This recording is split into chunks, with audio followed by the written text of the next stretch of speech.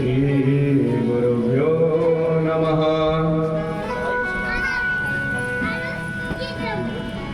श्रीगुरुचरणकमलेभ्यो नमः। ध्येयं सदा परिभवग्नमभीष्टदोहम् तीर्थास्पदं शिवविरञ्चिनुतं शरण्यम् मृत्यार्तिहं प्रणतपालभवाद्विपोतम् वन्दे महापुरुषते चरणारविन्दम्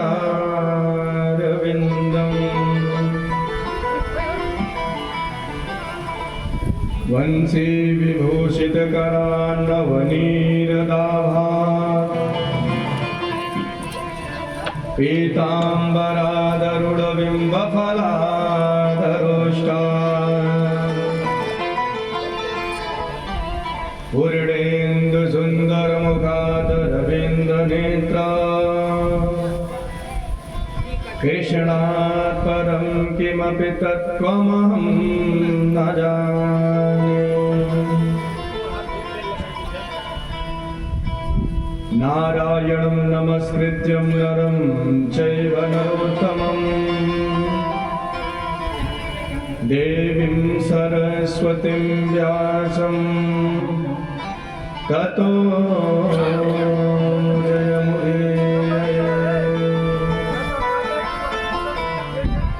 श्रीरामहर्षणदासस्य सुशिष्यं विदुषाम्बरम् नमामि वैष्णवाचार्यं गुरुं पाराशरं सदा। जय जय श्री राधा रमण, जय जय नवल किशोर, जय गोपी चितचोर प्रभु,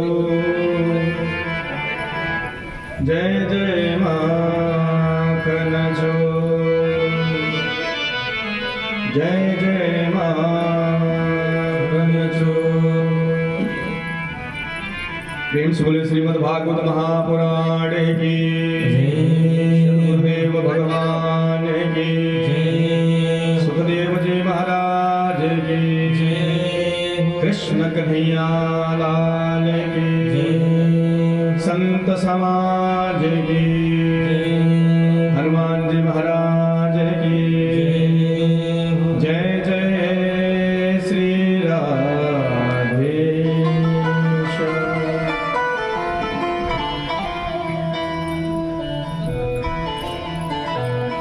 आइए हम सभी कथा से पहले भगवान नाम कीर्तन, क्योंकि जीवा और मन को पवित्र करने के लिए भगवान नाम कीर्तन बहुत जरूरी है।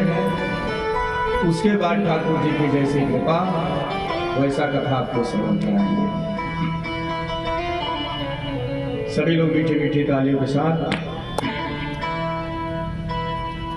अच्युतं केशवं राम नारायणं, अच्युतं केशवं राम नारायणं, कृष्णदामोदरं वासुदेवं श्रीधरं माधवं गोपिकावल्लभं, श्रीधरं माधवं गोपिकावल्लभं, जानकी नायकं रामचन्द्रं भजे, जानकी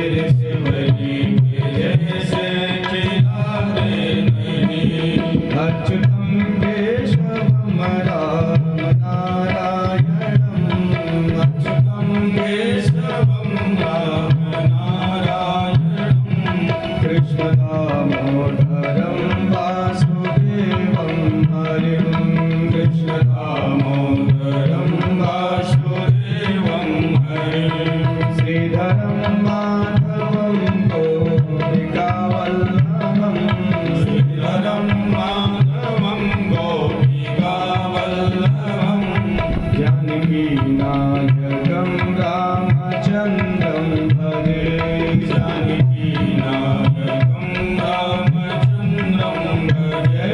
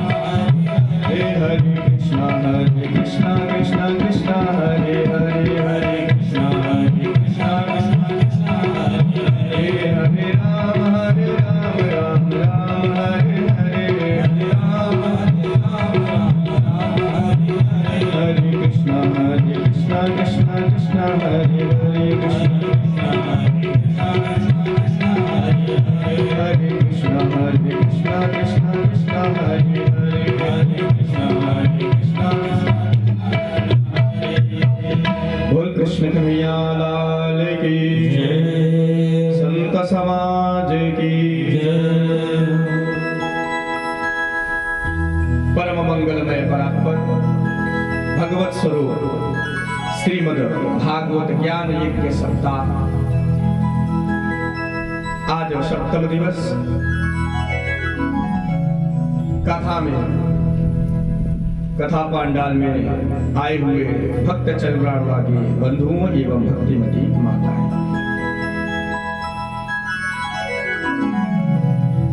कल की कथा में आप लोगों ने श्रवण किया कि भगवान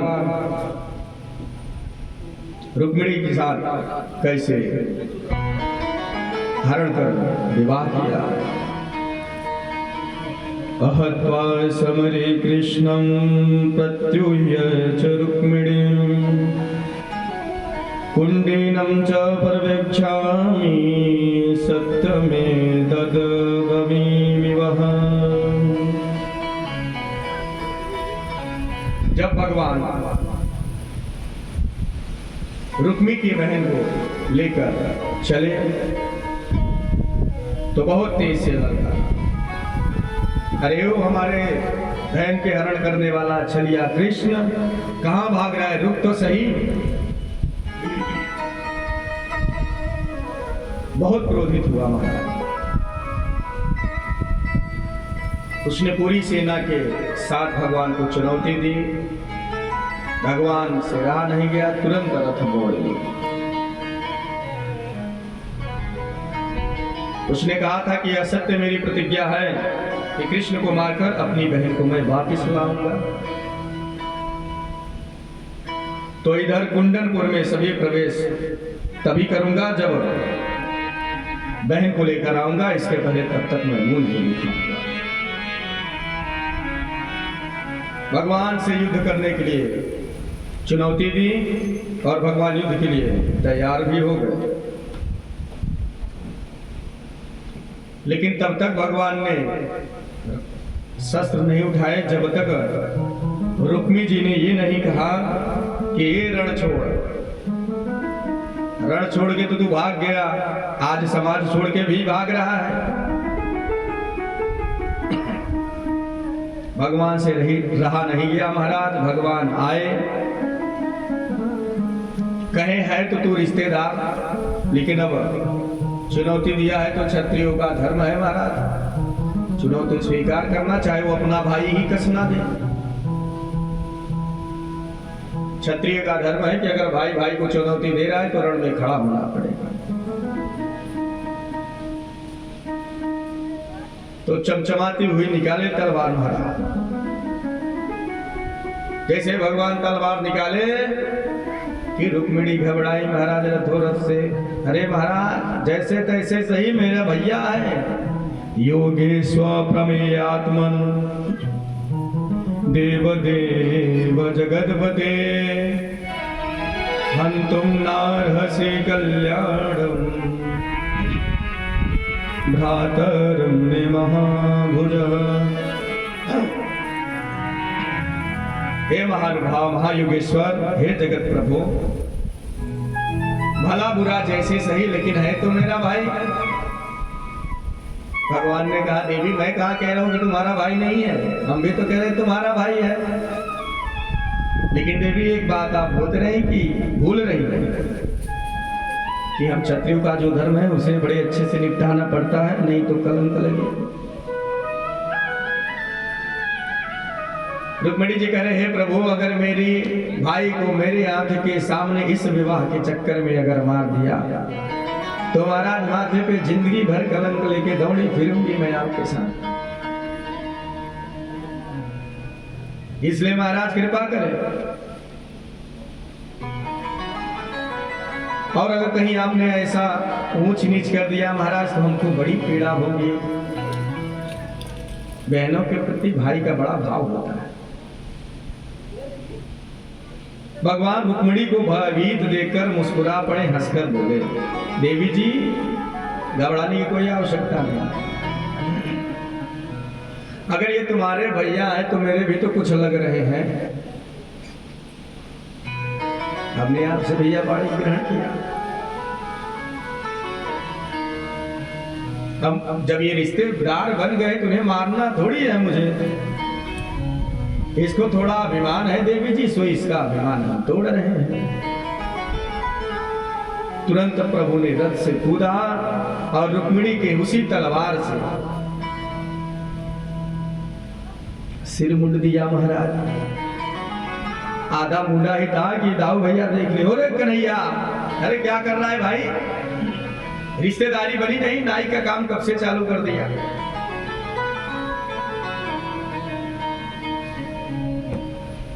हाथ पकड़कर बोले भगवान दाऊ जी शादी है कि देर नाई भाई, और तुरंत तुमने दुश्मनी फान लाई।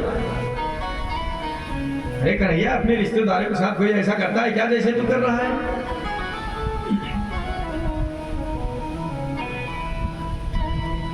हे कृष्ण, जो तू कर रहा है ये बड़ी निंदनीय काम है। देखिए दाऊ भैया बड़े हैं, गलती भी जान रहे हैं किसकी है। गलती खूब अच्छी तरह से जान रहे हैं दाऊ भैया किसके, लेकिन मन माना नहीं है। जब अपने से छोटे गड़बड़ काम करने लगे और छोटे की गलती ना हो तो बड़ों को सबसे पहले रोकना चाहिए कि देखो भैया ऐसी ऐसी बात है। पहले अपने पक्ष वालों को डांटो। जब अपने पक्ष वालों को आप डांटेंगे तब जो सामने वाला आपके विरोधी में खड़ा रहेगा उसको ये लगेगा महाराज नहीं ये सही काम कर रहे हैं। लेकिन आजकल क्या है महाराज, उसका देते हैं चलो भैया रणभूमि में तुम भी चलो। हाँ प्रेम से बोले जय सिया राम। तो यहाँ पर दाऊ भैया कह रहे हैं कि रिश्तेदार बनने की देरी नहीं भाई, तूने अपना काम चालू कर दिया। अरे अभी कितनों को हमारा संतोष नहीं हुआ। यहाँ पर दाऊ जी भैया कन्हैया को खूब डांट लगा रहे हैं।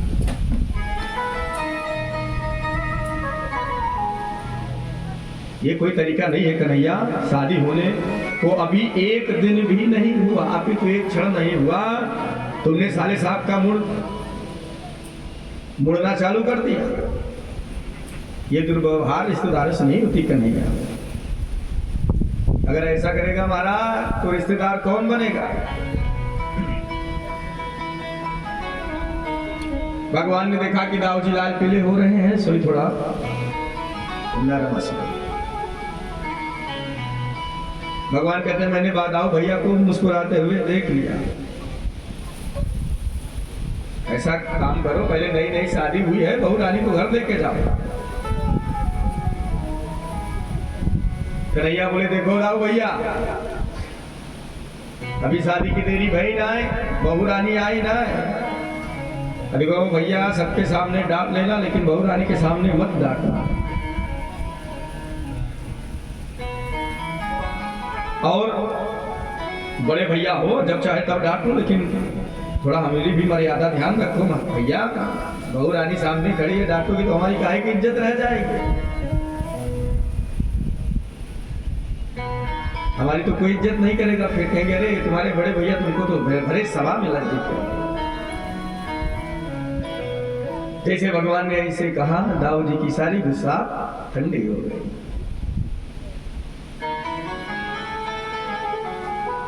तुरंत रुक्मी जी के पास गए और देखिए यहाँ पर बहू के सामने भगवान ने खूब डांटा, तो सोई रुक्मी को थोड़ा आहट मिली, इन्हें हमको नहीं डांटे, सबसे पहले उनको डांटे, क्योंकि गलती तो उसी की थी। अब किसी को बार बार उस्काओगे महाराज, अगर काम करता हो वह,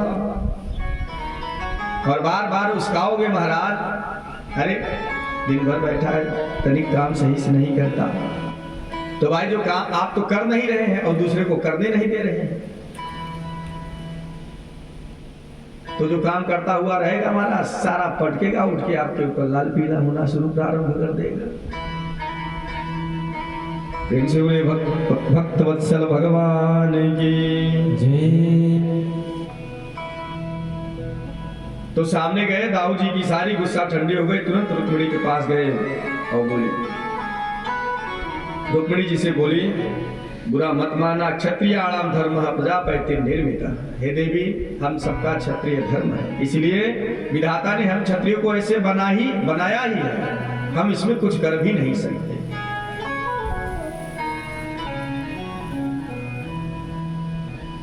अब तुम्हारे भाई ने मेरे भाई को चुनौती दी, तो अगर हमारा भाई लड़ने के लिए नहीं जा रहा है तो इसमें हमारा धर्म भी नष्ट हो रहा है महाराज।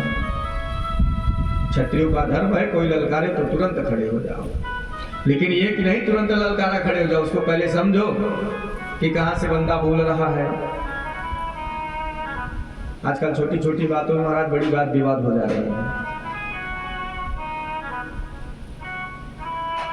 अब छोटी छोटी बातों में अगर हम सब न ध्यान दें तो झगड़ा काहे होए महाराज। लेकिन करते नहीं। हनुमान जी महाराज भी ऐसे किए। हनुमान जी महाराज क्या किसी से कम थे महाराज? नहीं।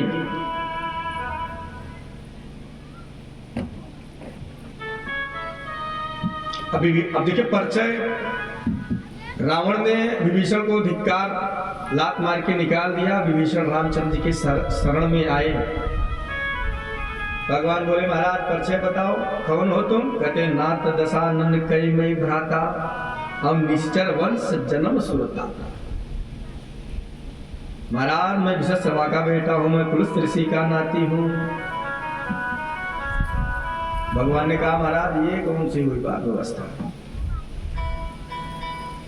कह रहे कि नाथ दशानन कह मैं भ्राता, ये नहीं कह रहे कि मैं हूं दशानन, यानी रावण को कह रहे हैं। हे प्रभु लंकापति, रावण का मैं भाई हूं, विश्वश्रवा का बेटा हूं, पुलस्त्य ऋषि का नाती हूं। महाराज निशिचर वंश जन्म सुर का, मेरा जन्म महाराज आप समझ ही रहे हैं, मैं उन्हीं का भाई हूं।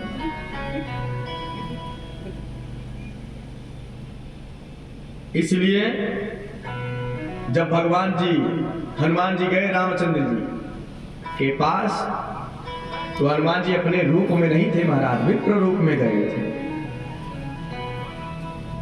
और देखिए भक्त और भगवान दोनों से यहाँ पर गलती है। हनुमान जी भी नहीं पहचान पा रहे हैं, राम जी तो पहचान लिए, लेकिन थोड़ी परीक्षा ले रहे हैं हनुमान जी की महाराज। हनुमान जी कह रहे हैं कि को तुम श्यामल गौर शरीरा, हे प्रभु आप कौन है? हनुमान जी कह रहे हैं अपना। भगवान जी ने कहा क्या बताए भैया, कह के आपन चरित कहा मैं गाई, कहे विप्र निज कथा बुझाई।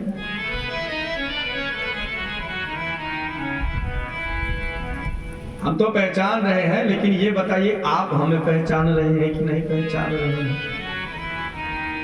रामचंद्र जी ने सारी बता दी, भैया मैं दशरथ पुत्र। लक्ष्मण जी ने धारे पर से बतलाए। तब हनुमान जी अपने रूप में आए। अब कहे ये बताओ प्रभु, प्रेम से बोलिए हनुमान जी महाराज की जय। हम तो आपके दास हैं, कहीं अगर दास से गलती हो जाए तो प्रभु माफ कर देता है, करता है ना भैया? तो ये बताइए महाराज, आपको पहचानने में हमको क्यों देरी लगा? भगवान ने कहा हम तो तुरंत पहचान लिए थे आपको, लेकिन आज आप कौन से रूप में पधारे? तो आजकल भैया अगर कोई डॉक्टर इंजीनियर बन जाए तो अपना बड़ा जल्दी गाड़ी खरीदे 4 चक्के में, तो लिखवा देते हैं फलाने जगह फलाना हमारा पोस्टिंग है। लेकिन यहाँ पर विभीषण नहीं कह रहे कि हम उनके अपने पिताजी का नाम नहीं बता रहे हैं भगवान से, मैं दशानन का भ्राता हूं। इसलिए जब कभी छोटे गलती करें तो बड़ों को समझाना चाहिए।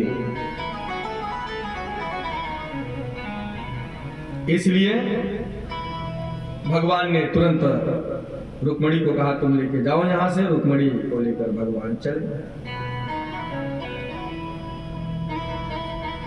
शादी विवाह में महाराज झगड़े बहुत जल्दी हो जाते हैं, थोड़ी थोड़ी बात सही लेके होता है महाराज। तो इसलिए शादी विवाह में झगड़ते होते पर भी दो पक्ष में झगड़ा होवे तो बड़ों को चाहिए कि सबसे पहले अपने पक्ष को डांटे, भले ही उसकी गलती हो, लेकिन सबसे पहले उसको डांटे। तब महाराज झगड़ा ना कहीं हो, ना आपस में कलह हो।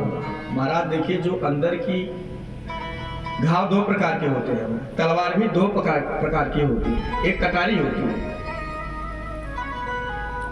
तलवार आपने बदन में मारी, घाव हुआ, घाव पूज भी जाता है। लेकिन जो कटारी होता है महाराज, कटारी यानी भगवान ने कहा कि नैनों की कटारी बारी बारी, तो जो बात जिनके हृदय में लग जाता है वो जल्दी मरते दम तक नहीं निकलता।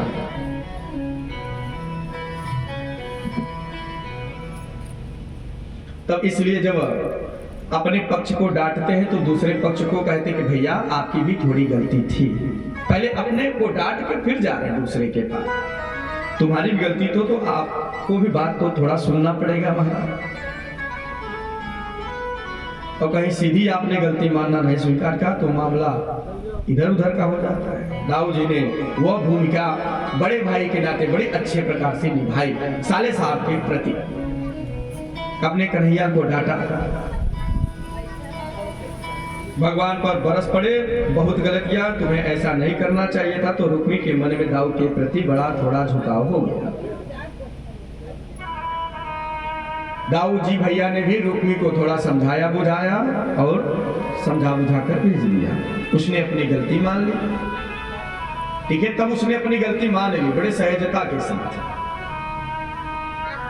भगवान ने कहा ऐसा अनर्गल आलाप आपको नहीं करना चाहिए था। दोनों की भूमिका संजाप्त के साथ दाऊ भैया ने खूब निभाया, विदा किया।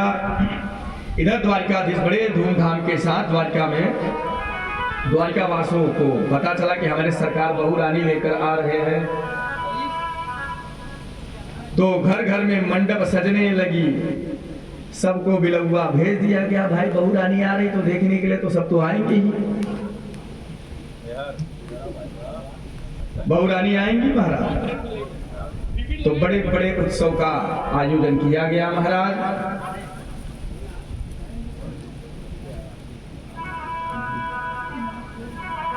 और सब ने मिलकर भगवान के विवाह के मंगल गीत गाए। रुक्मिणी अंग अंग में श्रृंगार करके गोविंद की छवि दर्शन निहार रही हैं। बड़े भाव के साथ हम अपने हृदय में गोविंद की झांकी को सजाए और सभी मिलकर गीत गाए। बोले भक्तवत्सल भगवान की जय।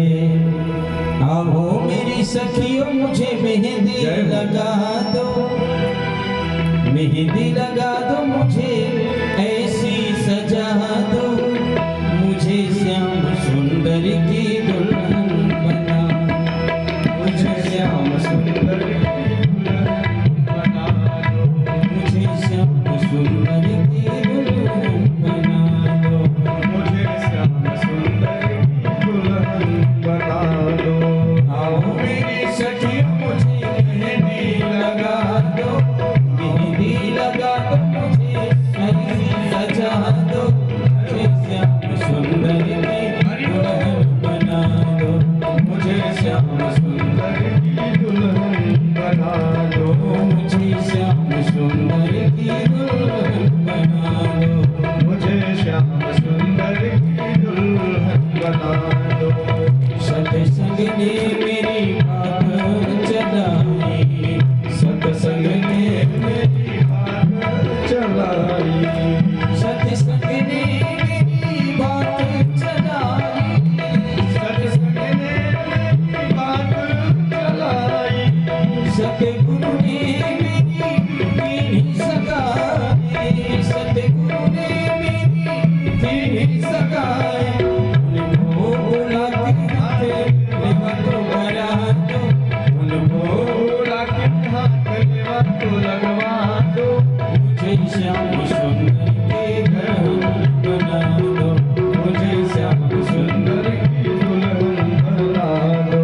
आओ मेरी सखियों मुझे मेहंदी लगा दो, आओ मेरी सखियों मुझे मेहंदी लगा दो, मेहंदी लगा दो मुझे सुंदर सजा दो, मेहंदी लगा दो मुझे सुंदर सजा दो, मुझे श्याम सुंदर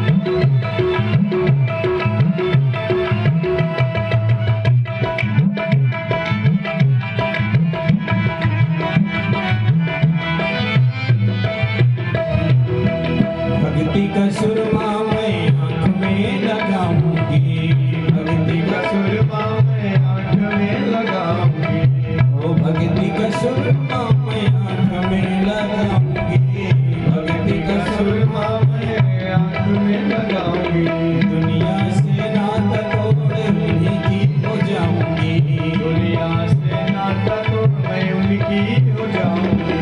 ओ भक्ति का सुरमा मैं आँख में लगाऊंगी, भक्ति का सुरमा मैं आँखों में लगाऊंगी, दुनिया से नाता तोड़ उन्हीं की हो जाऊंगी, दुनिया से नाता तोड़ उन्हीं की हो जाऊंगी।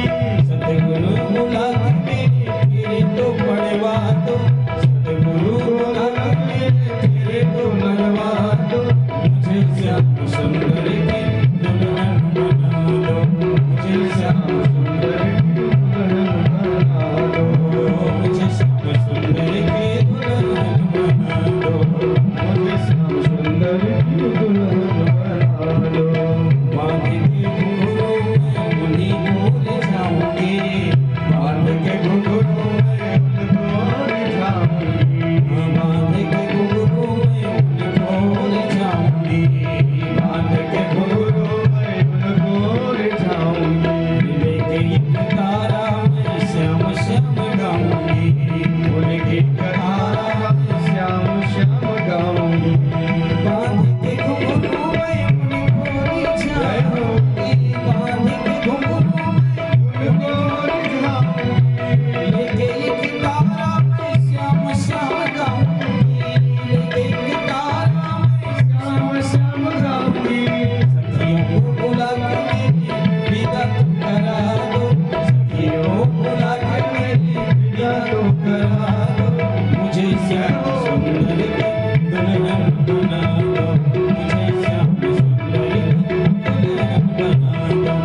हाँ मेरी सखियों मुझे मेहंदी लगा दो, मेहंदी लगा दो, मुझे सुंदर सजा दो, मुझे श्याम सुंदर की दुल्हन बना दो, मुझे श्याम सुंदर की दुल्हन बना दो, मुझे श्याम सुंदर की दुल्हन बना दो, मुझे श्याम सुंदर की दुल्हन बना दो, मुझे श्याम सुंदर की दुल्हन बना दो, मुझे श्याम सुंदर की दुल्हन बना दो, मुझे श्याम सुंदर की दुल्हन बना दो।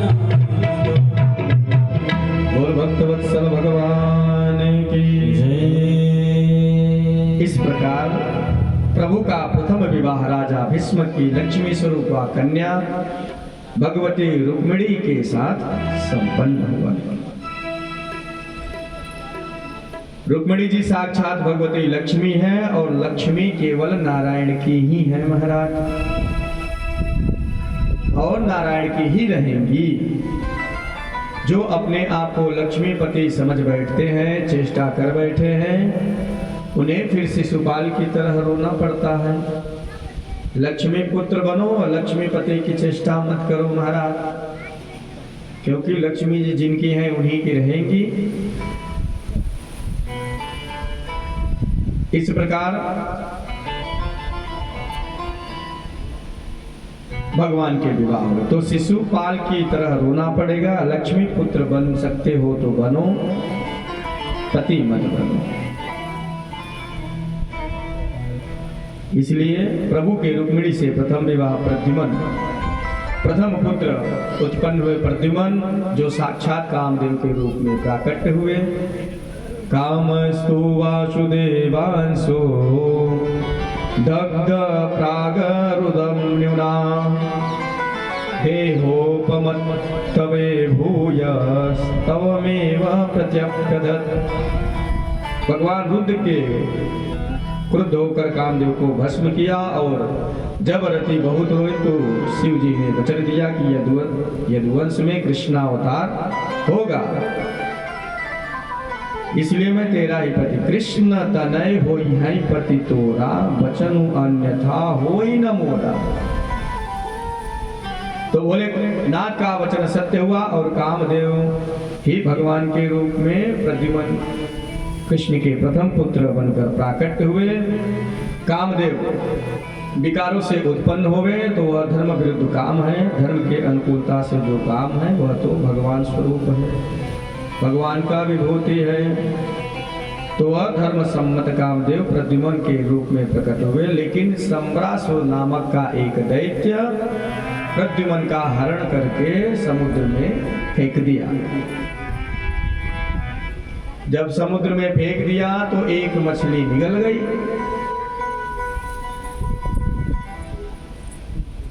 निकल गई महाराज उसे, तो मल्लाह ने सम्रासुर को ही उस मछली को पकड़कर भेंट कर दिया। इधर नारद जी ने काम पत्नी रति को सावधान कर दिया, जाओ अपने पति को संभालो। तो मत्स्य भेद में इसमें काम की पत्नी सम्रासुर के यहाँ आकर सेवा करने लगी। प्रद्युम्न का भरण पोषण होने लगा। मछली को पकड़कर चीर कर निकाले तो उसमें एक पुत्र था जो प्रद्युम्न था, उसको निकाल कर उनकी सेवा होने लगी। नाति दीर्घेण काले न सकाशी रूढ़ यौवन। काम बहुत समय में ही जब कृष्ण तनय श्री प्रद्युम्न यौवन संपन्न हो गए, थोड़े ही समय में तो रति के भाव में परिवर्तन होने लगे। एक दिन प्रद्युम्न बोल उठे कि देवी, एक तरफ तो तुम मातृभाव से मेरी सेवा करती हो, लेकिन मैं देखता हूं कि दूसरी ओर तुम्हारी दृष्टि व्यवहार में मातृत्व तो दिखाई नहीं पड़ती। वर्त से कामिनी यथा। कौन हो तुम? तब रति ने पूरी कहानी बताई। भगवान नारायण सूत संवरेणाहितो गृहात् पतम ते कृतान पत्नी रते काम। भगवान प्रभु, अरे आप तो साक्षात जगदीश्वर के पुत्र हो और सम्रासुर तो आपका सबसे बड़ा दुश्मन है।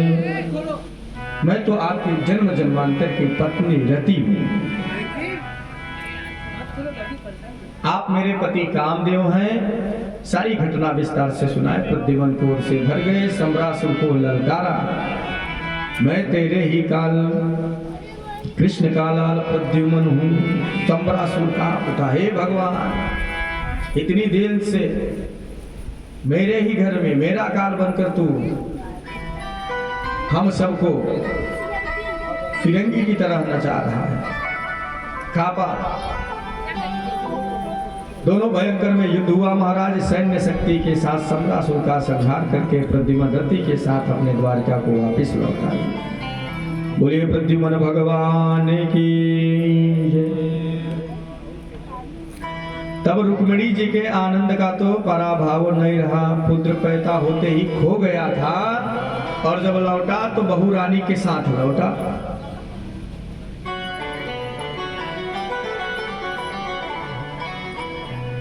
मिला तो बहू रानी के साथ मिला। प्रद्युम्न का स्वागत बहुत धूमधाम से हुआ। सुखदेव कहते हैं कि परीक्षित, प्रभु के और भी विवाह हुए थे।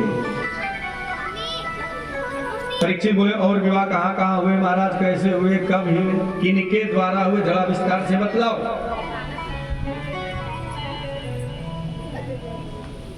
तो सत्राजित नामक एक राजा था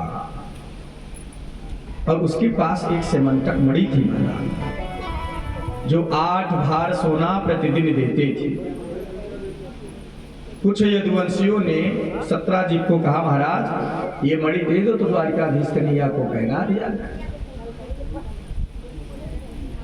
तो उनके गले में अच्छे लगेगी। यदुवंशियों ने भगवान के लिए मणि मांगी थी तो सत्राजित ने मना कर दिया। सत्राजित का भाई एक दिन पहन कर जंगल में गया। महाराज छोटा भाई था, पसे पहन कर गया। महाराज गले में धारण करके शिकार खेलने के लिए गया जंगल में, तो शेर के हाथों मारा गया। महाराज जब सत्राजित का भाई प्रसन्न लौट कर नहीं आया तब सत्राजित को शंका हुआ और समझ गया श्री कृष्ण ने मेरे भाई की हत्या करके मणि लेकर चले गए। सत्राजित ने अपनी पत्नी से ये सारी कहानी बताई। मुझे तो पूरी शंका है कि कृष्ण ने ही मेरे भाई को मारकर मणि लेकर चला गया, पर देवी जी जब तक इसका प्रमाण ना मिले तब तक कैसे कौन समझे। देवी जी ने कहा महाराज ये तो बात सही कह रहे हैं आप, कैसे समझ में आए कि आप कैसे कह रहे हैं कि कृष्ण ने ही लिया है या आपके भाई को कृष्ण ने ही मारा है, आप कैसे कह सकते हैं महाराज।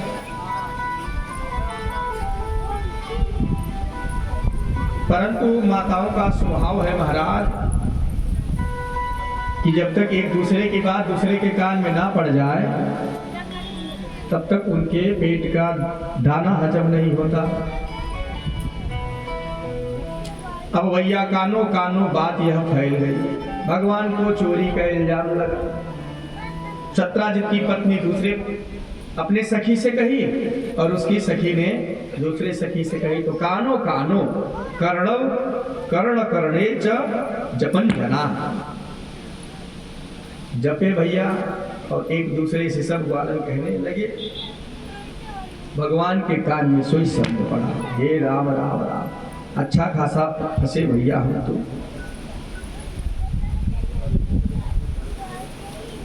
अच्छा खासा हमको कलंक लग गया महाराज। जब देखिए कलंक ऐसी चीज है महाराज जिनको लग जाए फिर निकलती नहीं, लेकिन भगवान उस कलंक को बचने के लिए, कलंक को मिटाने के लिए जंगल में मणि की तरह खोजने चल पड़े।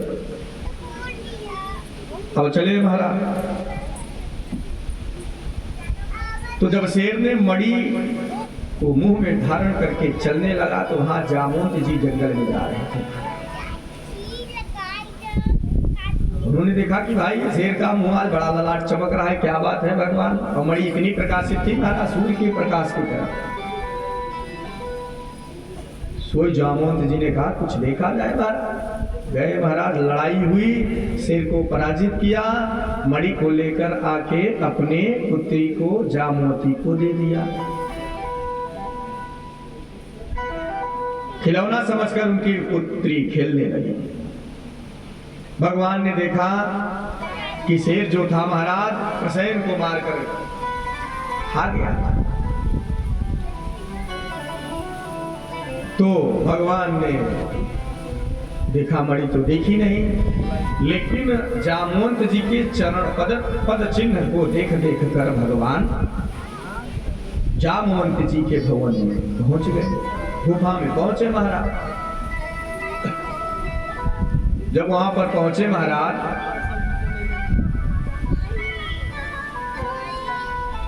तो उन्होंने क्या देखा कि जो प्रकाश हो रहा था उस गुफा के अंदर से,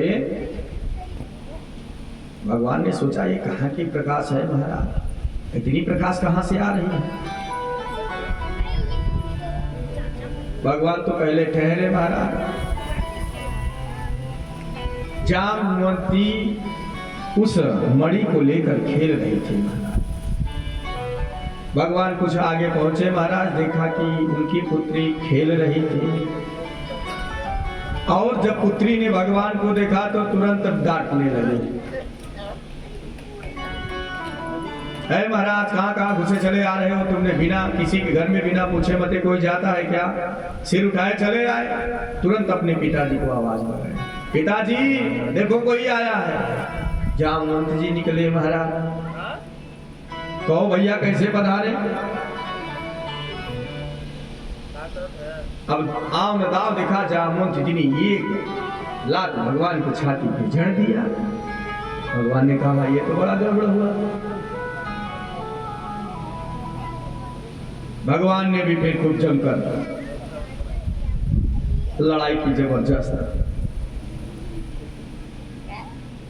28 दिन तक को महाराज यह भयंकर रूप चला, एक दूसरे को खूब मारते, कभी भगवान मारते कभी जामवंत मारता महाराज। जब 29वें दिन भगवान ने छाती पे चढ़ी, सोई जामवंत जी कहे महाराज हम पहचान गए आप मेरे राम जी हो।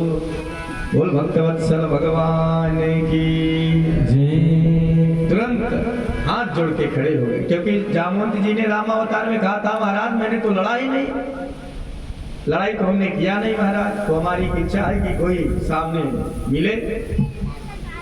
भगवान ने कहा था इंतजार करना, हम आएंगे कृष्णावतार में। सोई जामवंत जी के पास गए। जामवंत जी गए, महाराज कैसे पधारे बताओ। भगवान ने कहा देखो हमको बहुत बड़ी कलंक लग गई है। काहे की महाराज, काहे की लगी आपको? कहते महाराज ये जो आपकी पुत्री खेल रही है ना खिलौना समझकर, ये सत्राजित का मणि है महाराज, और इसकी चोरी मुझे लग गई है कि कन्हैया ने चुरा के लेके भाग गया। अब ये आया हूं, ये मणि बिना लिए मैं जाऊंगा नहीं। जामवंत जी ने कहा देखो महाराज, अब ये मणि तो हमने अपने पुत्री को दे दिया, इसलिए मैं आपको दे नहीं सकता। क्यों? क्योंकि जो पिताजी अपनी पुत्री को धन दे दे उसको फिर लेते हैं क्या? कन्यादान करने के बाद कुछ नहीं लेते मैं। भगवान ने कहा मुझे लेकर तो जाना होगा और मैं लेके ही जाऊंगा। जामवंत जी ने कहा महाराज एक ही उपाय है। क्या है भैया? कहे आप मेरे पुत्री से विवाह कर ले, बदले में दहेज में आप मणि लेके जाओ। भगवान ने कहा ठीक है। फिर क्या हुआ महाराज? जंगल में मंगल हुआ, मणि भगवान लेकर आए।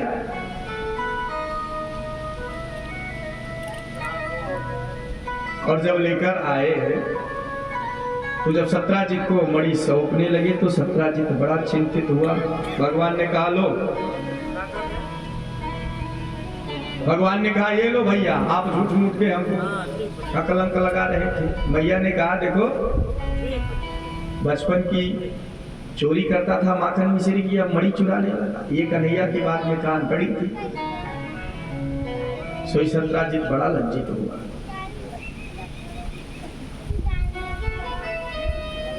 और बोला महाराज अब तो एक ही उपाय है,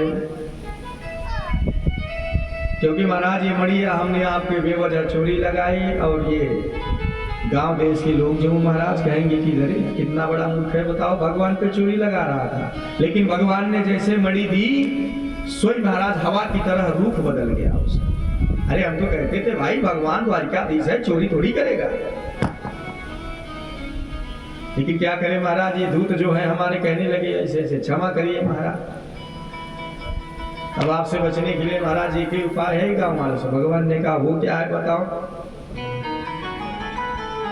तो मेरी बेटी सत्यभामा से आप विवाह कर लो, तो फिर मुझे मेरी कोई बदनामी नहीं होगी, ना मुझे कोई कुछ बोलेगा। भगवान ने बोला ठीक है जैसी आपकी इच्छा। धूमधाम से अपनी बेटी सत्यभामा का विवाह किया। सत्राजित ने द्वारिकाधीश से कर दिया, दहेज में मणि देने लगा।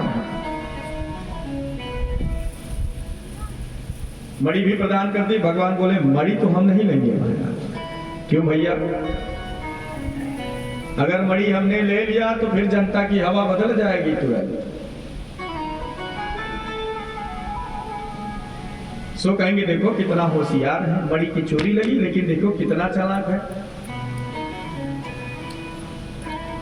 विवाह किया, मणि भी ले लिया।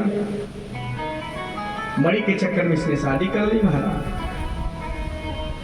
तो घूम फिर कर फिर वही मणि का चक्कर मेरे पास लग जाएगा। पर सत्राजित बोला मैं तो अपनी बेटी को देने का संकल्प कर चुका हूं,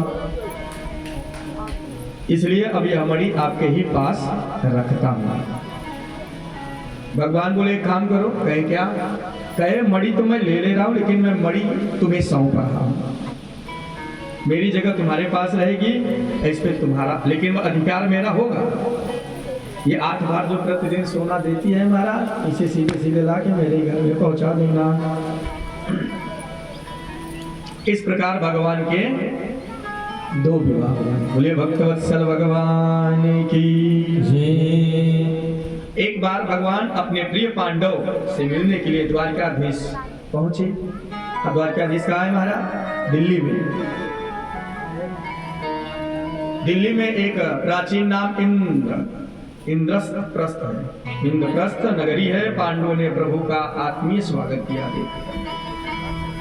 एक दिन भगवान अर्जुन से बोले, मित्र चलो यमुना पार कहीं घूम चले। दोनों मित्र रथ में बैठे महाराज, रथ में बैठे और यमुना तट पर पहुंचे, घूमने निकले दोनों मित्र रथ में बैठकर। तो यमुना पथ पे एक कन्या तपस्या कर रही थी। भगवान ने कहा, अर्जुन पता लगाओ ये देवी कौन है, काय के लिए बैठी है, तो ये पता लगाओ। तो अर्जुन ने जाकर पूछा, देवी प्रणाम, कौन है,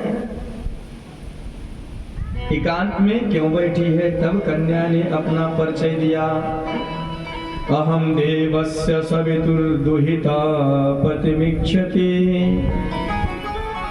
विष्णुवरेण्यं वरदं तपः परममास्थिता।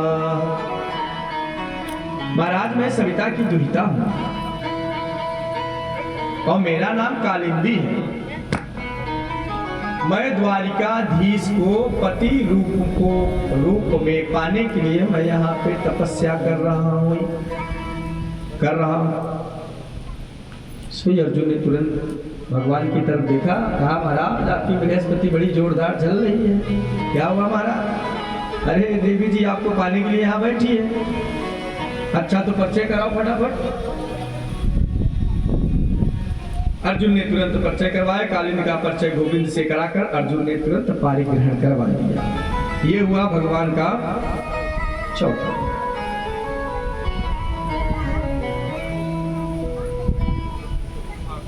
इस प्रकार भगवान का विवाह हुआ। अब अवंती उज्जैन देश के राजा थे बिंद और अरविंद। उनकी बहन का नाम था महाराज मृत्यवृंदा।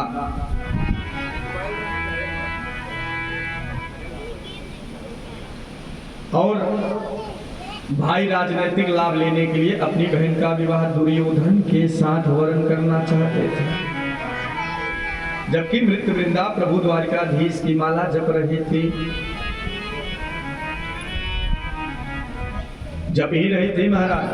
मृत्यवृंदा के विवाह स्वयंवर जब मृत्यवृंदा को प्रभु दिखाई पड़े, भगवान जाकर वहां बैठे थे, जब दिखाई पड़े तो मृत्यवृंदा ने किसी के विरोध की परवाह न करते हुए, उसने ये नहीं देखा कि मेरे से कितने बड़े बड़े बैठे हुए हैं, उन्होंने किसी को नहीं देखा, ना किसी की बात सुनी और वरमाला लिए पहुंची और तुरंत भगवान के कंठ में वह माला द्वारिकाधीश के डाल दी।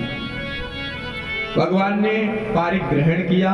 जब मृत्यवृंदा ने भाइयों का विरोध किया तो भगवान मृत्यवृंदा को हरण करके लेके द्वारिकाधीश चले गए। ये भगवान का हुआ पांचवा विवाह संपन्नता से। बोले कृष्ण चंद्र भगवान की जय। एक थे महाराज कौशल नरेश।